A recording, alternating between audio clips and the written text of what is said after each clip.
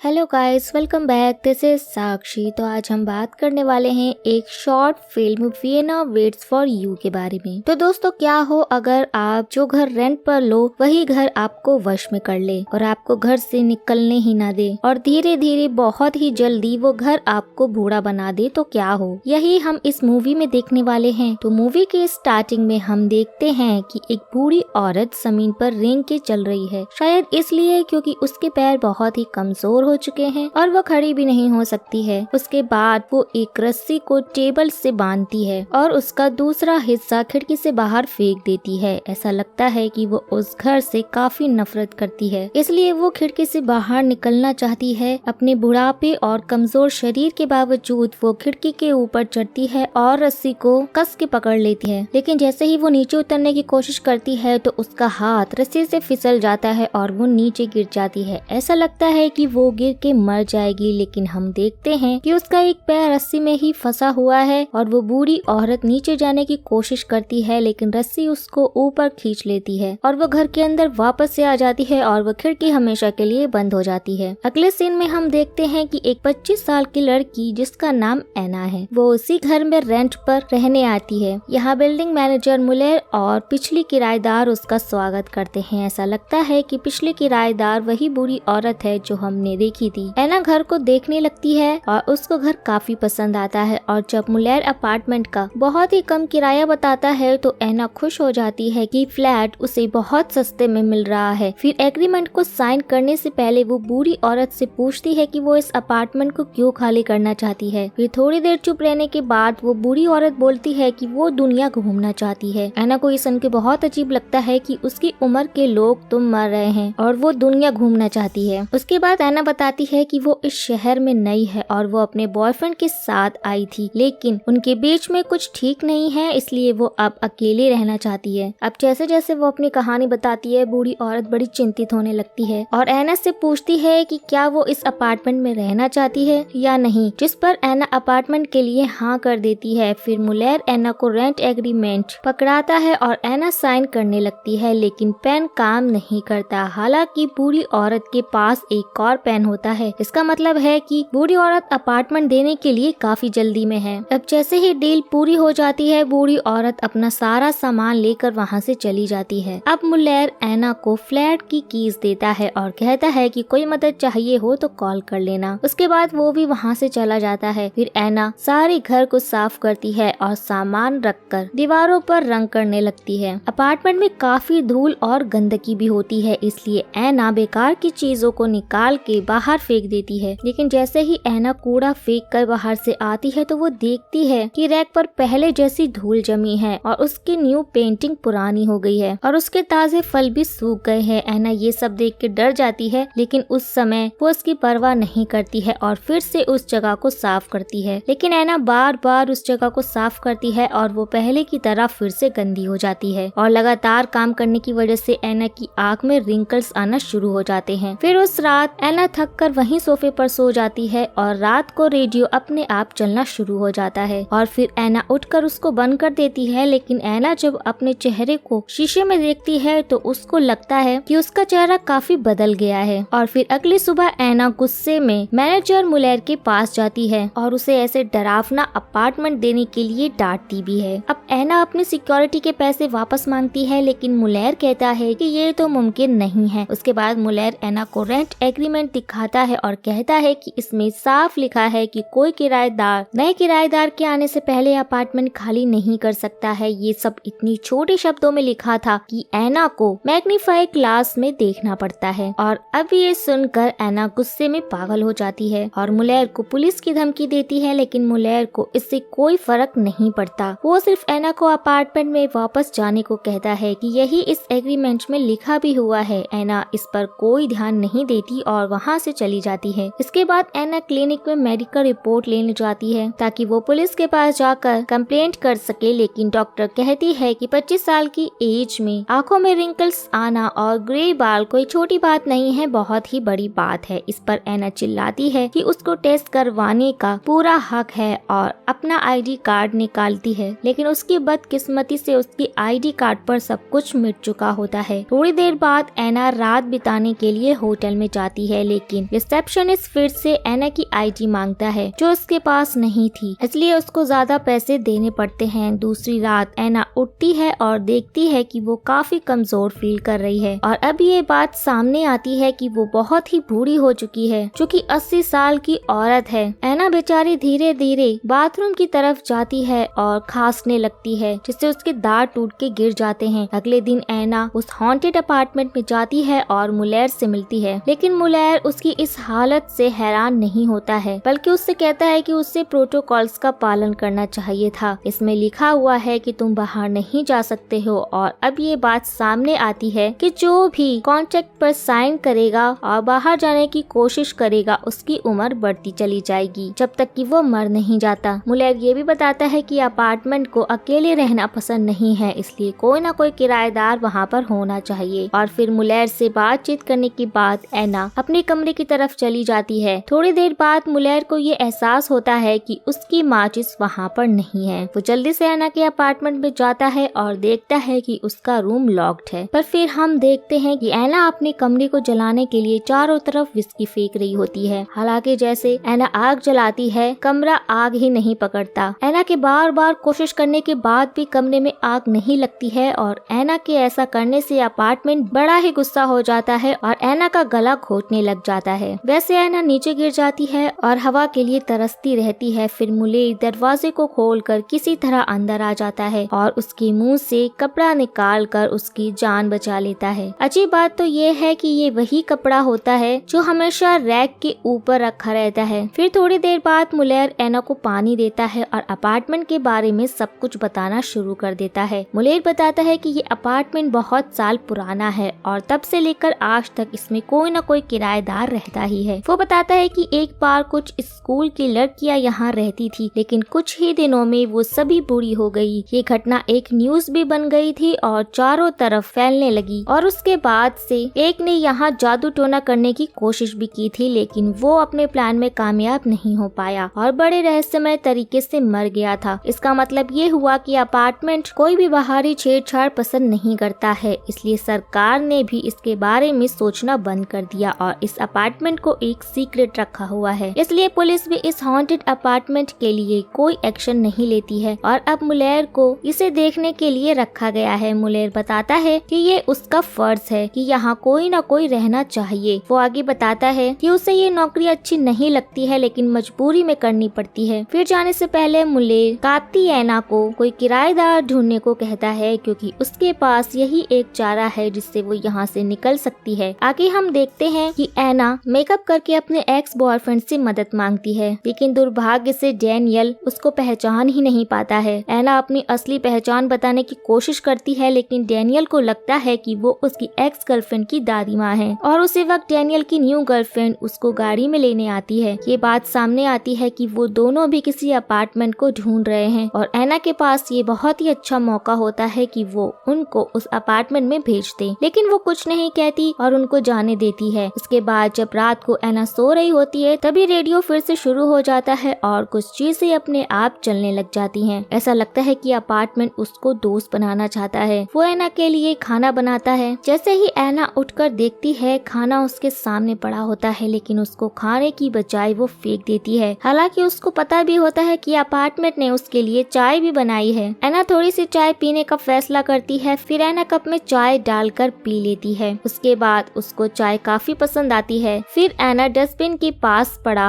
Biscuit उठाती है जो कि उसने अभी अभी फेंके थे। एना काफी कमजोर और नाजुक हो जाती है, इसलिए वो खाना भी नहीं बना पाती। अब एना सिर्फ अपनी दोस्त अपार्टमेंट के साथ रहती है। अगले 3 दिनों में एना बेहद ही नाजुक हो जाती है और चलने के लिए उसको एक बेड की जरूरत पड़ती है। एना को देखकर तो ऐसा लगता है कि वो 100 साल की बुरी औरत बन गई है। एना अपने हाथ को देखती है और उसको एहसास होता है कि उसके अंदर कुछ चल रहा है और एना अपनी चमड़ी उतारने लग जाती है। एना ये देखकर चौंक जाती है कि उसकी चमड़ी ऐसे ही निकल रही है। वो देखती है कि उसके हाथ के अंदर एक अजीब तार जैसे होते हैं और अब एना जानती है कि उसका अंत बेहद ही करीब है, इसलिए वो मुलेर को अपने अपार्टमेंट में बुलाती है। अगले सीन में हम देखते हैं कि एक कपल अपार्टमेंट देखने आता है और वो कोई और नहीं बल्कि एना का एक्स बॉयफ्रेंड डैनियल और उसकी गर्लफ्रेंड होते हैं और हमेशा की तरह वो लोग भी कम रेंट और अच्छे फर्नीचर देख करके खुश हो जाते हैं और उनको ये भी अच्छा लगता है कि उनके आसपास कोई नहीं रहता है, इसलिए वो लोग कॉन्ट्रैक्ट में साइन करने के लिए मान जाते हैं और मुलेर भी खुशी खुशी रेंट एग्रीमेंट उनको पकड़ा देता है। डैनियल उस पर साइन करने के लिए तैयार हो ही रहा होता है, लेकिन तभी एना आसपास हो रही चीजों को देखती है और उसको अचानक उस समय का फ्लैशबैक दिखाई देता है जब उसे इस जाल में फंसाया गया था और फिर उसको अपना दर्द याद आता है कि किस तरह से वो इन सभी चीजों से गुजर रही है। इसलिए डैनियल के उस डेट एग्रीमेंट पर साइन करने से पहले ही वो उसके हाथ पर गर्म चाय गिरा देती है और उसको दूर भगा देती है। उसके बाद एना उन लोगों पर चिल्लाती है और कहती है कि यहाँ से चले जाओ और कभी वापस मत आना। ये देखकर डैनियल और उसकी गर्लफ्रेंड तंग रह जाते हैं, लेकिन बिना कुछ कहे वो वहाँ से चले जाते हैं और इसके साथ ही एना इस अपार्टमेंट से निकलने का आखिरी रास्ता भी खो देती है। वो चाहती तो अपने एक्स बॉयफ्रेंड को इस जाल में फंसा सकती थी और अपने कुछ आखिरी दिन आराम से गुजार सकती थी, लेकिन उसने ऐसा नहीं किया। इससे पता चलता है कि एना के दिल में अभी भी डैनियल के लिए प्यार जिंदा है, इसलिए एना अपनी जिंदगी की कुर्बानी दे देती है और इस मनुष्य अपार्टमेंट का अंत करना चाहती है। यहाँ तक कि मुलेर भी उसके बिहेवियर को देखकर बड़ा हैरान रह जाता है। मुलेर के जाने से पहले एना उसको दरवाजा बंद करने का हुक्म देती है और कुछ सालों तक वापस ना आने को कहती है। एना को लगता है कि यहाँ अगर कोई नहीं आएगा तो ये साइकिल खत्म हो जाएगी और जो भी आत्मा इस अपार्टमेंट में है वो मर जाएगी। आगे मुलेर उसका आभार जताता है और उसको गुड लक कहकर चला जाता है। अब हम देखते हैं कि एना इस अपार्टमेंट में बिल्कुल अकेली है, कोई उससे मिलने नहीं आएगा और ना ही उसमें इतनी ताकत है कि वो सीढ़ियों से नीचे जा सके। फिर एना खिड़की के पास जाती है और आखिरी बार ठंडी हवा को महसूस करती है जो उसको बहुत ही आराम पहुंचाती है। पिछले कुछ हफ्तों में जिस डर का उसने सामना किया था वो सब अब खत्म हो जाता है और एना